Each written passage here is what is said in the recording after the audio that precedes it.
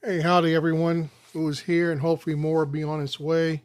I normally don't come on, but this is like breaking news, what I have for you tonight, and I think it's very important what's going on, because something like this, some of you may have already seen it on Facebook, but I want to make sure I get this out in a video format so I can repost this on YouTube and several different Facebook groups, because this is very telling and how they are trying to stack the deck against us and trying to impose these legislation against us.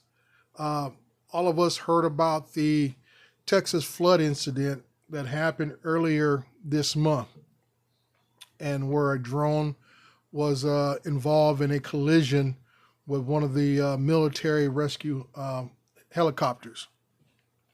That part of it is accurate in the telling, but was not given and has not been followed up until recently by another news organization is that that there's been a false narrative put in place, and the sad part is that the local government officials allowed the narrative that was originally put out there to continue on, placing blame on rogue pilots and everything else. And the true sad part is that information that was put out there initially was even referenced in the latest congressional hearing before the DHS subcommittee that had several of the different drone companies out there testifying about the need for more regulation and more restrictions on privately flown drones and even commercial aspects. What I'm going to show you now is the article by this company called the Zero Lux. Zero Lux has been in the publishing, or I say news business, for the last couple of years, and they specialize in drone news. Okay, and they have uncovered some specific details about what actually occurred. Because I even heard some people talk about it today, about some information, and even that was kind of muted as far as the detail. Because I like to know what type of drone it was, and my response, and because the language that was put out there, they were saying that the drone was flying so high that it stalled. And I'm in my mind, I'm not a drone builder per se, but 7 years in the business, I have never heard, read about a drone actually stalling in flight. Now, we might hit a ceiling, a max altitude, depending upon what level of drone you have, but stalling has kind of got me thinking. So I'm gonna read this article with you here. Let me blow it up a little bit in case those who like me who can't see as well. So we make sure everybody can see it. It says here the Kerrville's drone collision and the lobbying lies that followed. How a law enforcement drone collision sparked a false narrative and exposed the silence that let it spread. And that's the hurtful part, that when it was discovered what type of drone it was and who was flying that drone, that information didn't come forth. Okay, I can't verify this picture of it being accurate. I can't imagine much will be left, but they put this picture out there. But here's the narrative of their reporting and what they are describing of what occurred. They said the morning of July 7th, 2025, a Texas Army National Guard Black Hawk helicopter collided with a DJI Mavic 3E drone during a flood rescue mission near Kerrville, Texas. Almost immediately, the city of Kerrville issued a statement that omitted key facts and allowed a false narrative to take root. Public figures and lobbying groups quickly seized on the confusion to point fingers at civilian drone pilots and Chinese manufacturers. But the truth was much simpler and much more inconvenient. The drone was not rogue. It wasn't flown by a hobbyist or reckless operator. It was a law enforcement aircraft operated by a Texas state trooper during an authorized search and rescue mission with state coordinated airspace permissions. And instead of stating that clearly, the city said nothing more while lobbyists used the vacuum to push for new restrictions. And we heard it reported by by Drone Camps. Even I got on there and was really berating, we got to be better, got to do better type thing. And come to find out, it was all a lie. Okay, here in the parentheses says the drone operator was a trooper, a state cop, said one source familiar with the incident who spoke on condition of anonymity, but whose identity is known to Zero Lux. And instead of telling the truth, they let the public think it was some civilian breaking the law. That's just wrong. And it is wrong. Because like I said, the finger easily got pointed at us in the industry. And continues on. In a July 7th Facebook post, the city of Kerrville wrote that a drone had caused the crash, referencing a rogue UAS. No mention was made of the agency responsible or the pilot's law enforcement status. The city later issued a second public statement that again failed to correct the record or name the operator. Emails reviewed by Zero Lux said, well, they got copies of the emails from the city people of Kerrville talking about they continue not to give out the details and continue to let this false narrative continue to grow and carry on. Okay. Then we go down here to the next one. It says Mark Coburn, a retired Dallas Police Department helicopter pilot, emphasized the need for greater transparency and discipline in public safety drone operations. This was preventable, Coburn said. When public safety pilots over-rely on automated features without respecting line of sight or situation awareness. That's something I harp on quite a bit, situation awareness and line of sight. Accidents like this aren't surprising. They inevitably will if no one's honest about what went wrong. I've seen this guy up here, Coburn says, and I've seen it too, and people even do it in their videos, hobbyists and so forth, seen law enforcement sitting in their vehicles flying beyond visual line of sight, relying entirely on return to home automation rather than maintaining line of sight. And, if this is what you do, you know who you are. I'm not pointing no fingers or anything at anybody, but we know that is something that occurs. So, okay, I can't see any messages here. I have to wait till I get back to the YouTube page. Oh, there we go.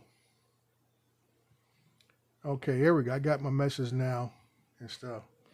Okay, but here we go. It says Burton Watt said that the incident reflects broader coordination failures, not just technical issues. The guy says, I worked as a firefighter and done drone work in the fire, police, and EMS integration. So I'm looking at this looking at this from multiple sides, he said. This shouldn't have happened, but it's not because the drone was Chinese or because the pilot was a hobbyist, he added. It's because we still don't have a consistent protocol for how manned and unmanned systems share airspace during emergency operation. And that's why one of the big things I harp on about coordinated efforts so we can avoid a situation. Now, here it is. The drone itself, based on the information in this article, state that the drone had authorization to be flying where it's supposed to be at. And problem is there was no coordination between the unmanned side of the house and the manned aircraft side of the house. And that's how these two aircraft got on a collision course. We'll continue on here.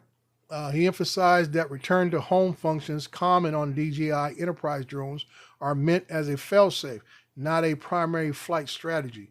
Too often it becomes the default, Wyatt said, especially when pilots are sitting inside vehicles out of view of their aircraft. While the facts remain blurred, lobbyists filled the void. Michael Robinson, president and CEO of Association for Uncrewed Vehicle System, which is basically AUVS, who doesn't give us much love at all, referenced the Kerrville incident during the July testimony before Congress. Like I said at the beginning of this situation has been brought before elected officials who are in charge of making rules and regulations to pass forward to the FAA, and here they are getting false information. And that's what I always say when I see these Senate hearings and everything else, is nothing more than a dog and pony show, because they're only bringing one side to the table. They're not bringing anybody from the end user or even people who operate these drones on a daily basis in situations like this. And let's continue. Involving the incident justified concerns about drone misuse and national security. He did not mention that the drone was operated by a law enforcement officer under state authority.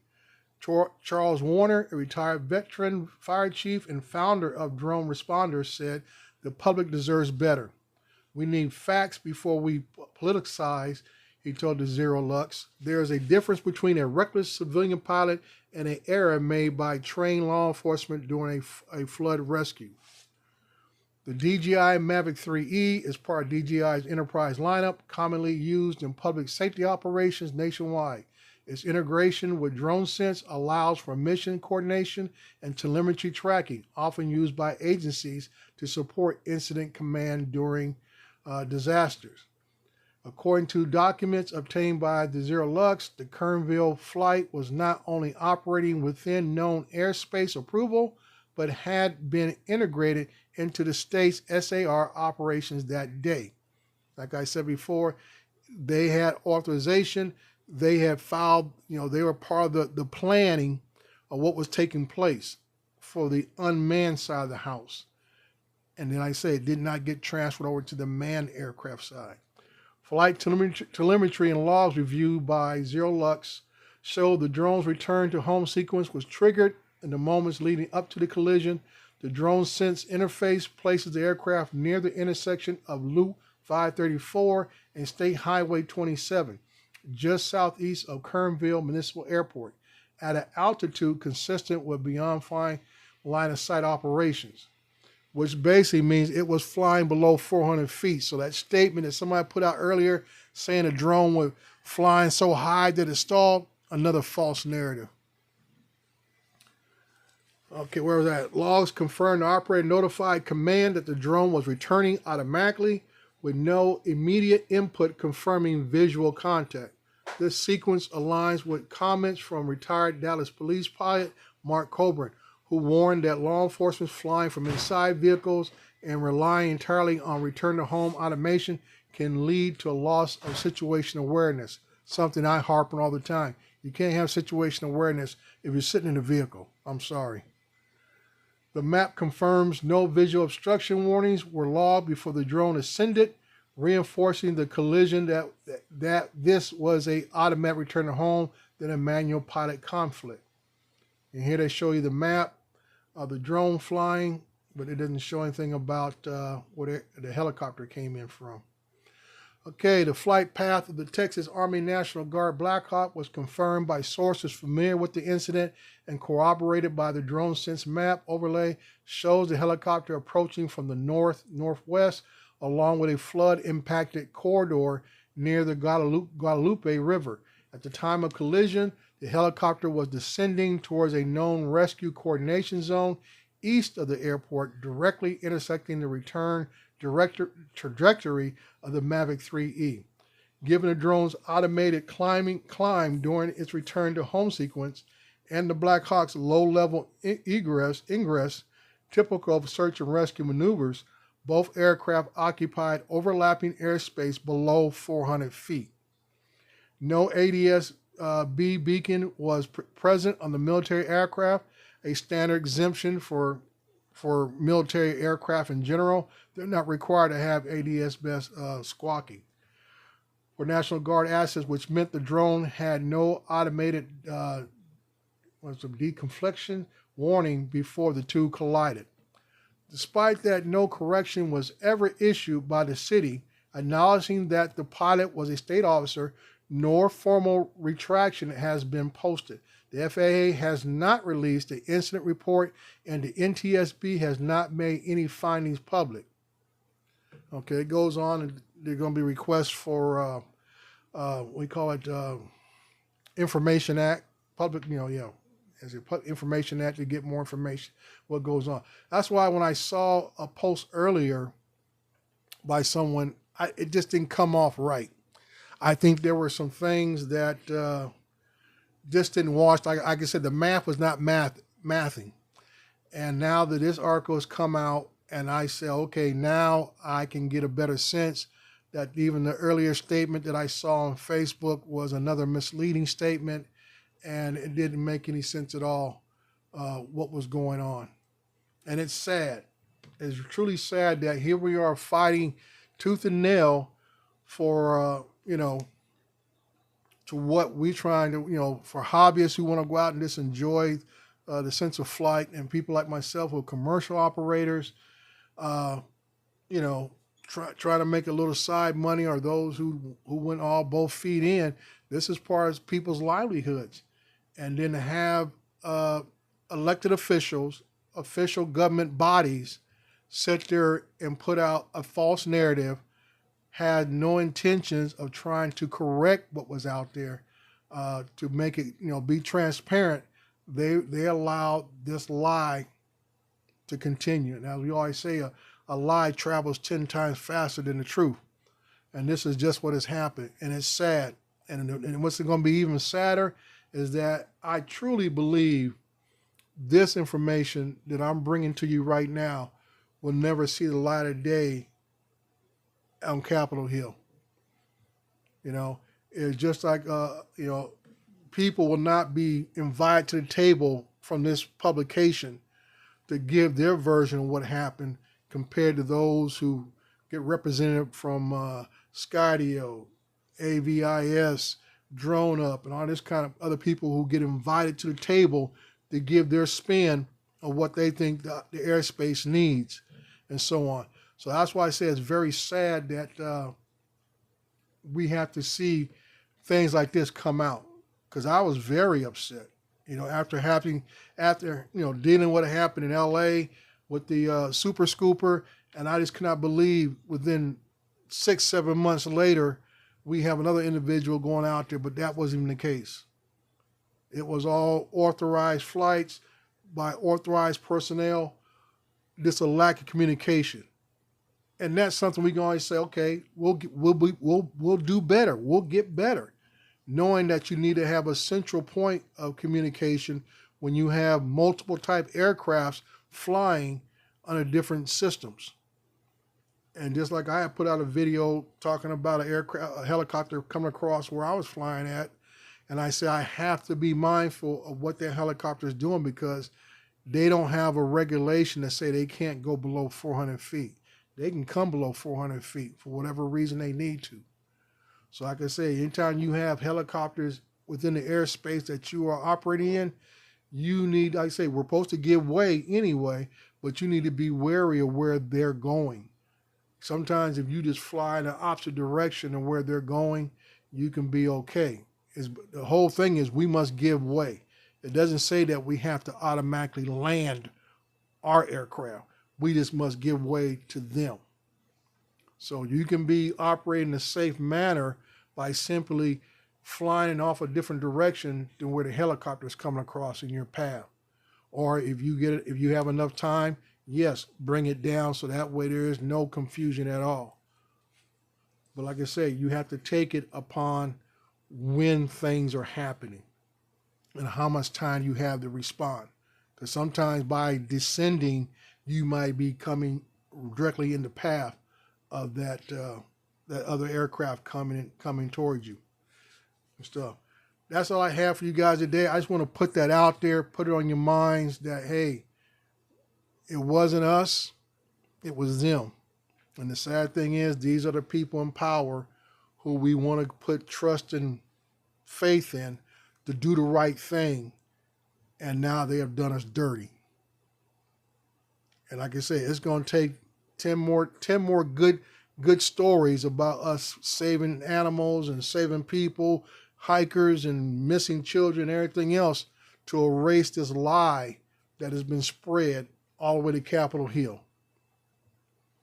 So I would say, hang on, enjoy the ride. If you like the information I'm putting out, please subscribe, give a thumbs up. I'll be spreading this out across multiple Facebook groups so everybody can hear this story and see what information has truly came out and how we have been drugged through the mud as hobbyists and commercial operators. This is Dre, Recoveryonedrone. You guys have a great day. Bye.